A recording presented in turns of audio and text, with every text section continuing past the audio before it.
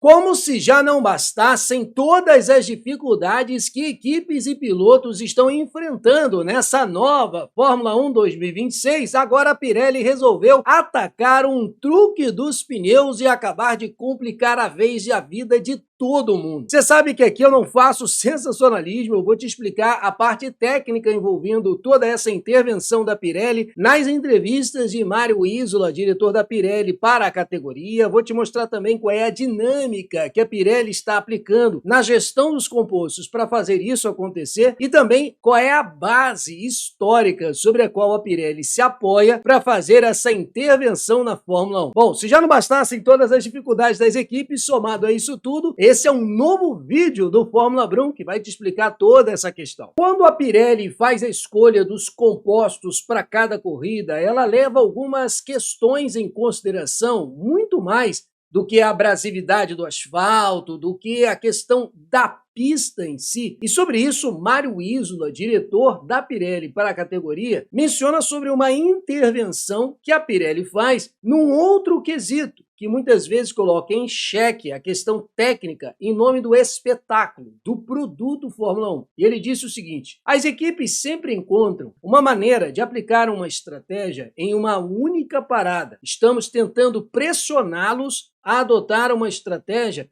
de duas paradas, porque é melhor, traz mais ação, mais imprevisibilidade, melhores corridas. Desde quando a Pirelli chegou na Fórmula 1, uma maneira diferente de trabalhar os pneus foi adotada na categoria, que até hoje causa alguma confusão no torcedor. Trata-se da diferença entre consumo de pneu e degradação de pneu. Aqui no canal eu tenho alguns conteúdos explicando bem sobre isso, que eu vou deixar no final desse vídeo, mas te adianto que consumo de pneu tem a ver com a borracha em si, com o material em si. E degradação de pneu está relacionado ao pneu sair da janela ideal de performance, não apenas de temperatura, mas também de outros componentes da sua constituição e, consequentemente, obriga que engenheiros e pilotos sejam testados na construção do carro e na maneira de condução do mesmo, justamente para que tenhamos um campeonato de engenharia e pilotagem. Isso não era ênfase nos pneus mais antigos, nas épocas mais antigas da Fórmula 1, onde o piloto muitas vezes podia explorar ao máximo o composto, exacerbando o lado da pilotagem e menos a engenharia por trás dos pneus. Não que eles não fossem necessários,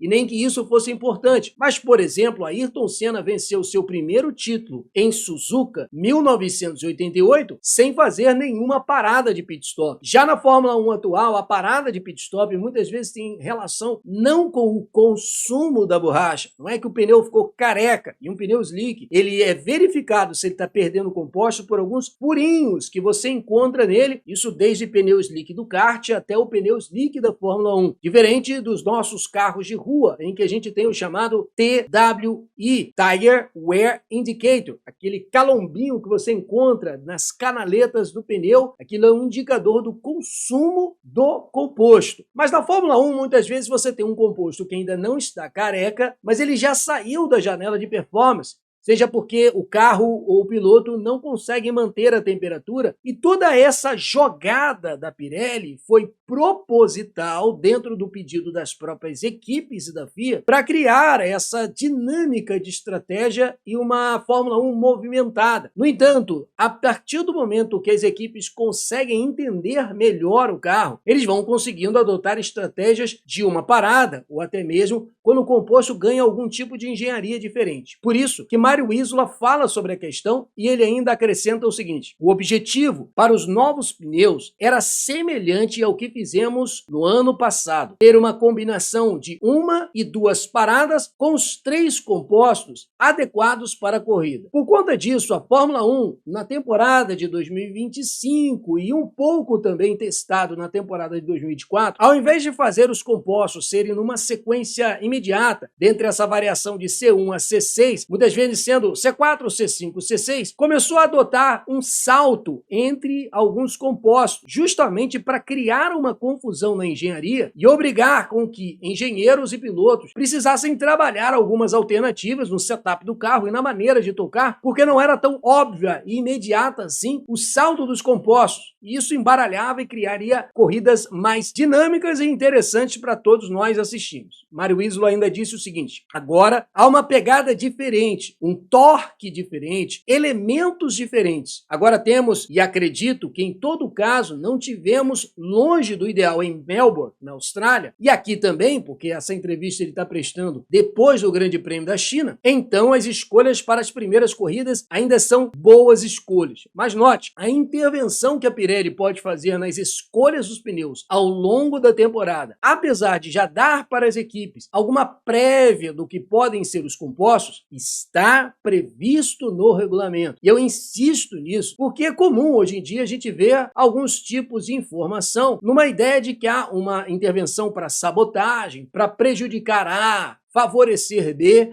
porque esse é o discurso que a maioria da torcida quer ouvir. E aí o pessoal se aproveita para fazer um sensacionalismo. Mas o objetivo da Pirelli não é intervir no campeonato dessa forma, mas criar justamente um espetáculo maior de estratégias variadas. Obviamente, estamos coletando dados, mas quando estávamos testando e analisando o resultado do teste, vimos que o Bahrein deveria ser C1, C2, C3. Provavelmente, considerando o resultado do teste de pré-temporada, também seria possível ser C2, C3, C4, ou seja, um nível abaixo. E essas variações que a Pirelli vai encontrando, muitas vezes ela tem que considerar também que as equipes vão fazer o desenvolvimento do carro. Consequentemente, eles não podem ser imediatistas no início da temporada de definir os compostos. As equipes vão trabalhando, vão melhorando, entendendo o equipamento e indo na direção de uma estratégia de uma parada. Consequentemente, com corridas menos movimentadas, menos imprevisíveis e pior para o espetáculo. E por isso que a Pirelli tem que fazer essa observação e essa intervenção.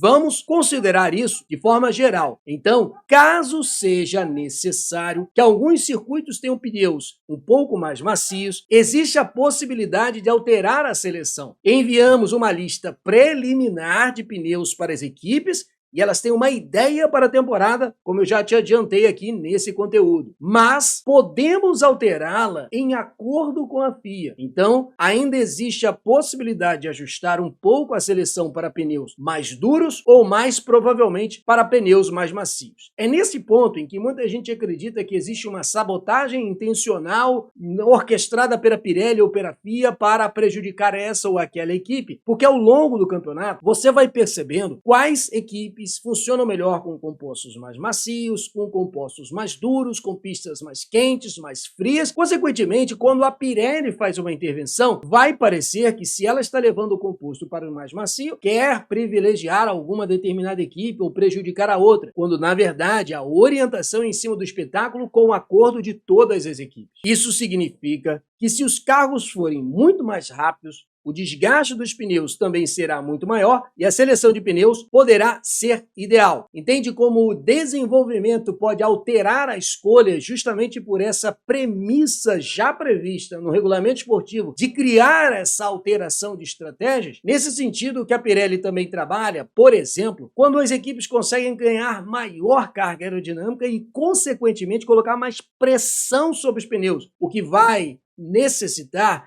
que eles trabalhem mais a construção, os metais, as malhas internas, as cintas de proteção do pneu, até por fator de segurança. Portanto, há uma taxa de desenvolvimento bastante acentuada no início. Sabemos disso por conta das temporadas passadas. E isso ele se refere não apenas a temporadas imediatamente passadas, mas do histórico de resultados na Fórmula 1, como por exemplo na temporada de 2017, quando o piloto vencedor foi aquele que realizou a estratégia de uma parada em 13 das 20 ocasiões. Na hora que houve uma mudança no regulamento, a estratégia de uma parada prevaleceu e tivemos uma temporada menos empolgante nesse sentido da imprevisibilidade, até porque as equipes conseguiram se adequar à questão. Esse é o grande ponto. Será que vale nós ficarmos apenas com desenvolvimento técnico ou vale a pena aquilo que a FIA e a Pirelli fazem com o aval das equipes de mexer nos compostos em nome do espetáculo? Nesse sentido, nós temos ainda a situação em que em 2017, depois que a FIA e a Fórmula 1 introduziram várias mudanças no regulamento, tais como aumentar a largura dos pneus em 25%, melhorando a aderência mecânica, isso obviamente resultou em maior durabilidade e, como resultado, a Pirelli lançou uma gama mais ampla em 2018, incluindo o chamado pneu supermacio, para criar mais estratégias e possibilidades diferentes do desfecho da corrida. Bom, eu vou deixar na sua tela um vídeo que eu falo daquela questão sobre a diferença entre consumo de pneu e degradação de pneu, que faz parte de uma playlist de engenharia aqui no Fórmula Brum. Mais do que você assistir esse vídeo, convido você também a se inscrever no canal, porque você não vai perder essa forma de conteúdo padrão aqui do Fórmula Brum, de enfatizar na parte técnica de pista e pilotagem para explicar a Fórmula 1 que nós tanto amamos. Muito obrigado por assistir os vídeos do Fórmula Brum.